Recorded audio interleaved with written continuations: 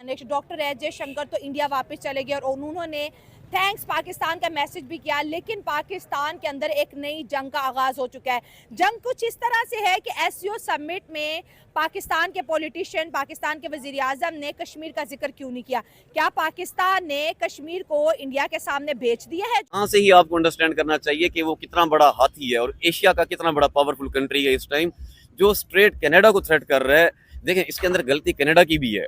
उन्होंने जो उनको इल्जाम लगाए हैं उनके ऊपर किलिंग से रिलेटेड, उसके प्रूफ दें। हाँ। या तो आप किसी बंदे पे इल्जाम नहीं लगा रहे हो, आप एक कंट्री पे, वो भी इंडिया पे इल्जाम लगा रहे हो। हाँ। और आप इल्जाम लगा के प्रूफ भी नहीं दे रहे। तो इसके अंदर इंडिया ऑटोमेटिकली मुल्क में गया तो ऐसे लग रहा था कि जैसे कोई विलन चल रहे हो।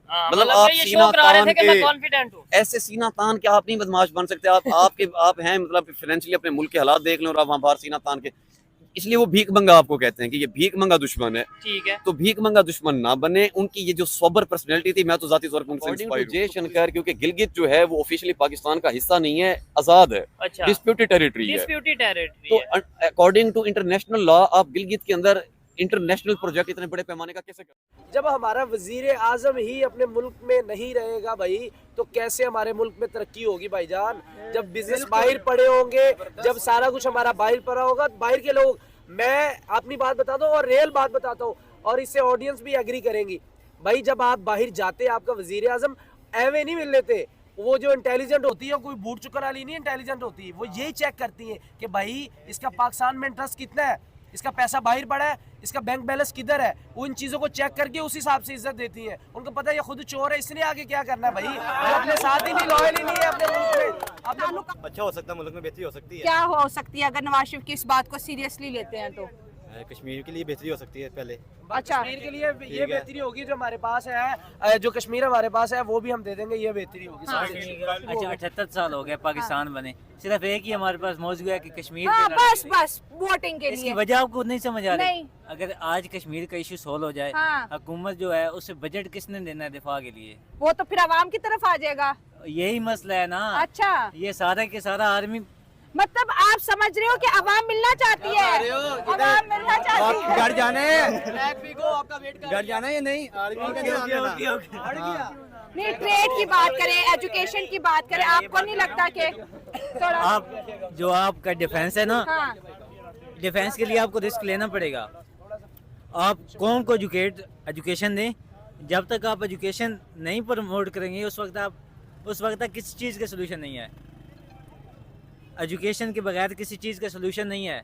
आप इस साल का बजट देखें, एजुकेशन पे कितना आया है? एजुकेशन पे बहुत कम है, डिफेंस का बजट नहीं। क्यों? चलो आप यूथ, ये सारी मेरे पीछे यूनी के बच्चे खड़े हैं। अच्छा, आपको क्या लगता है जो डिफेंस हम हर साल बढ़ा रहे हैं, ये डर है कि इंडिया हमला करेगा? जो डिफेंस की नहीं बताओ, वहाँ से हमले का डर है? हमले का डर बस एक, जब इलेक्शन आएंगे तो तभी होगा। के मामले में भी बात की थी उन्होंने, वहाँ पे बैठ के बात हुई थी। उन्होंने कहा था कि तजारत होगी, लेकिन कश्मीर के मामले में भी उन्होंने बड़ा अच्छा पॉजिटिव पॉइंट पकड़ा था। 78 सालों से कश्मीर करते, अगर ये कोई दरख्त होता तो आज जंगल बन जाता है कश्मीर का। ये 78 साल हो गए कश्मीर का एजेंडा है। कश्मीर आजाद नहीं हो रहा, कश्मीर आजाद नहीं हो रहा। अंकल कब होगा? आपकी भी तो बचपन, आपने नारे लगाए थे कश्मीर आजाद। हाँ, लगाए थे।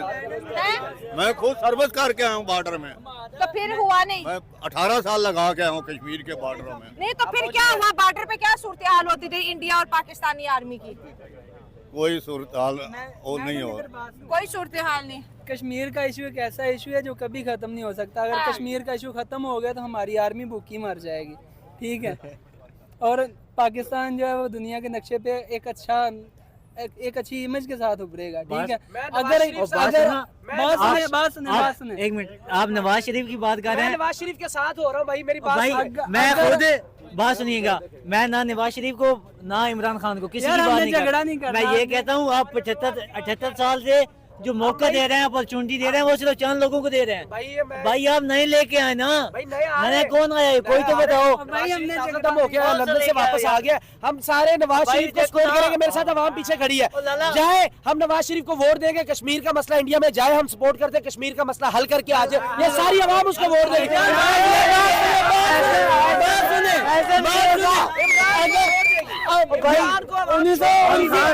1947 से लेके 2024 आ गया, 6 मरतबा नून लीग हुकूमत कर चुकी है। सबसे बड़ा टिन्योर जो है पाकिस्तान की तारीख में, सबसे बड़ा टिन्योर जो है। बात सुने,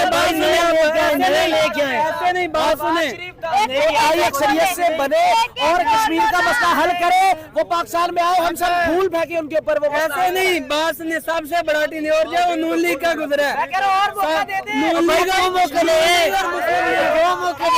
कश्मीर का मसला हल हो गया। बाद में हुकूमत कर ली, बेटी भी आ गई, अब उसके क्या पोते ने आना है। अभी नया क्या पोते के पोते ने भी आना उसके। मेरी बात सुने, अगर सबसे बड़ा टिन्योर मुस्लिम लीग और नून लीग का गुजरा है। उन्होंने अगर 78 सालों में कुछ नहीं किया, 78 सालों में उनका अगर दोनों पार्टी, बात सुने पहले, 78 सालों में अगर उनकी हुकूमत देखी जाए दोनों पार्टीज की, तो 40 साल से ज्यादा का अरसा बनता है। अच्छा, ठीक है, अगर उन्होंने 40 साल में कुछ नहीं किया तो आने वाले 5 साल में वो क्या करेंगे? एक मौका सिर्फ, कुछ अच्छा,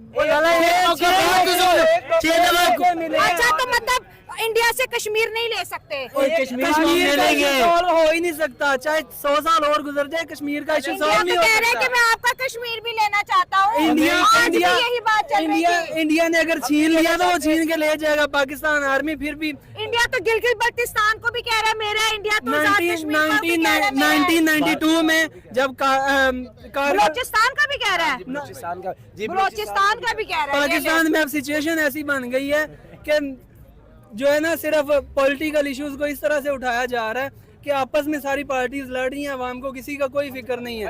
अवाम के बारे में कोई नहीं सोच रहा फिलहाल। बात सुन ले, जो बिलियन डॉलर का बजट उन्होंने ये फायरवॉल लगाने पे खर्च कर दिया है, उन्हीं बिलियन डॉलर पे ये कुकरी फार्म नहीं है जो वो इधर उधर करने का, ये एक मुल्क है।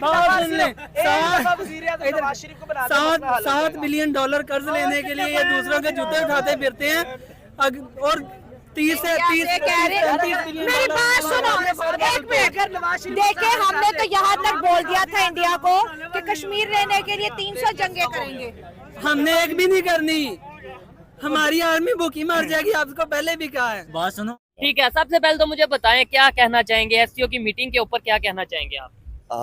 देखिए, एससीओ के ऊपर तो मैं कमेंट करता हूँ, लेकिन सबसे पहले इसके अंदर जो चीज़ देखना बहुत ज़रूरी है ना, वो है हमें इंडिया की जो फॉरेन पॉलिसी है उसको अंडरस्टैंड करने की ज़रूरत है। ठीक है, अब देखिए, इंडिया बड़ा ही लाउड और वाइब्रेंट है अपनी फॉरेन पॉलिसी को लेके, ठीक है, और वो सिर्फ कहता नहीं, उसके एक्शन भी बताते हैं। अब एससीओ की मीटिंग अटेंड करने से एक दिन पहले आपने देखा होगा कि उनके जो फॉरेन मिनिस्टर हैं या उनकी जो फॉरेन पॉलिसी है, ठीक है, उनकी तरफ से ऑफिशियल एक स्टेटमेंट दी गई थी कनाडा के लिए। क्या वो ये था, बेसिकली वो बिलीव करते हैं on Newton third law of action, ठीक तो है, सेम वो अप्लाई करते हैं अपनी पॉलिटिक्स के अंदर। ठीक है, तो उन्होंने यही कहा था कि जो कनाडा और इंडिया की फॉरेन पॉलिसी है उसके अंदर न्यूटन का जो लॉ है वो इसके ऊपर अप्लाई होगा, Newton law of politics apply हो जाएगा, जिसका मतलब है कि जैसा एक्शन वैसा रिएक्शन, ठीक है, टिट फॉर टैट इसको कहा जाता है। ठीक है, और उन्होंने सिर्फ कहा भी नहीं, करके उन्होंने करके दिखाया। ठीक है, उन्होंने अपना एम्बेसडर यहाँ से बुलवा लिया, उन्होंने वहां से बुलवा लिया। ठीक है, तो अब अगर एक कनाडा जैसी स्टेट से वो अपना एम्बेसडर और फॉरेन मिनिस्टर अपने बुला लेते हैं वहां से वापस कॉन्सुलेट से, तो सोचें एक जो डेवलपिंग कंट्रीज होंगी जैसे पाकिस्तान है, तो पाकिस्तान उनकी फॉरेन पॉलिसी में कहाँ स्टैंड करता होगा।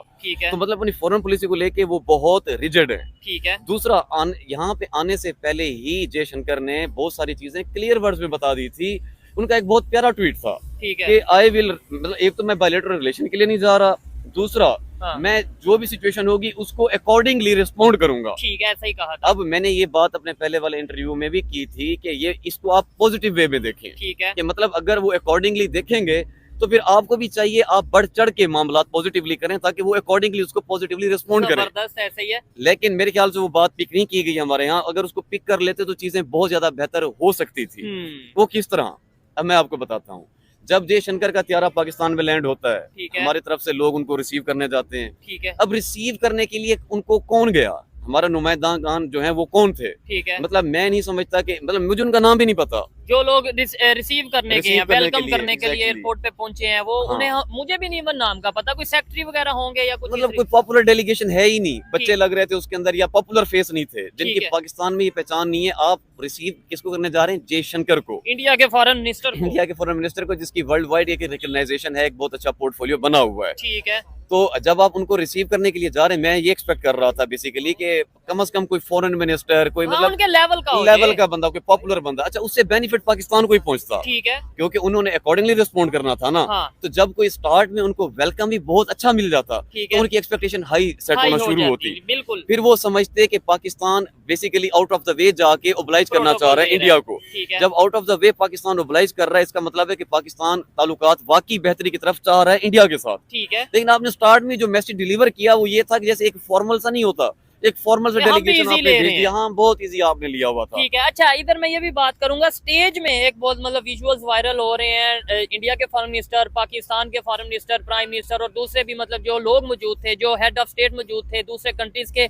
एक विजुअल से उसके ऊपर भी बात करूंगा। लेकिन ये वाकई में बड़ी जबरदस्त बात की है कि एक बंदा आपके पास आ रहा है, आपके घर आ रहा है और वो आपको ओपनली, ये तो समझ लें आपका फायदा कर रहा है कि बता रहा है कि यार आप जैसा करोगे मैं वैसा ही आगे से रिस्पांस दूंगा। ऐसा तो उन्होंने ये तो नहीं कहा कि यार मैं तो बात ही नहीं करूंगा, मैं तो एसईओ की मीटिंग के लिए जा रहा हूँ, बाकी तो मैं इनसे मुंह ही नहीं लगाऊंगा। अगर ऐसा कहा होता तो फिर ठीक है, आप लोग भी ऐसा ही करते कि यार ऐसी मेरी इंसल्ट है। जब उस बंदे ने कह दिया कि हम मुंह ही नहीं लगाएंगे, इंडिया के फॉरेन मिनिस्टर ने ये कह दिया, तो हम क्यों जाएं अपना, हमारे फॉरेन मिनिस्टर क्यों जाए? क्या वो ये कह रहा है कि आप जैसा हमें प्रोटोकॉल दोगे हम ऐसे रिस्पॉन्स करेंगे, तो हमें क्या करना चाहिए था? लेकिन बहुत सिंपल सी बात है, जब आपका गेस्ट जो आ रहा है हाँ। वो कह रहा है कि मेरे एसओपीज ये हैं ठीक कि है, आप अगर मिसाल के तौर पे मेरे साथ एक कदम बढ़ाएंगे तो मैं गुंजाइश रखूंगा कि फिर शायद मैं मौके के मुताबिक मैं है। 2 कदम आगे बढ़ा दूं। ठीक है, वो अक्सर औकात मर्द हजरात कहते हैं ना, सॉरी इरेलीवेंट बात है कि हम फीमेल जेंडर को अंडरस्टैंड करने में फेल होते हैं, क्योंकि हमें समझ नहीं आता कि वो चाहती क्या है। अच्छा, स्टेट्स भी तो फीमेल है ना, हम इनको शी कहते हैं ठीक है, इंग्लिश के अंदर। अच्छा, तो Indian state as a she हाँ। वो आपको बता के आ रहे हैं कि वी विल रिस्पॉन्ड अकॉर्डिंगली। ठीक है, तो अब आपको पता चल गया है कि अगले का जो रिस्पॉन्ड है वो आपके रवैये पे डिपेंड करता है। ठीक है। अब आपको रेमेडी पता चल गई है, इलाज पता चल गया है, आपको सिर्फ लेकिन इलाज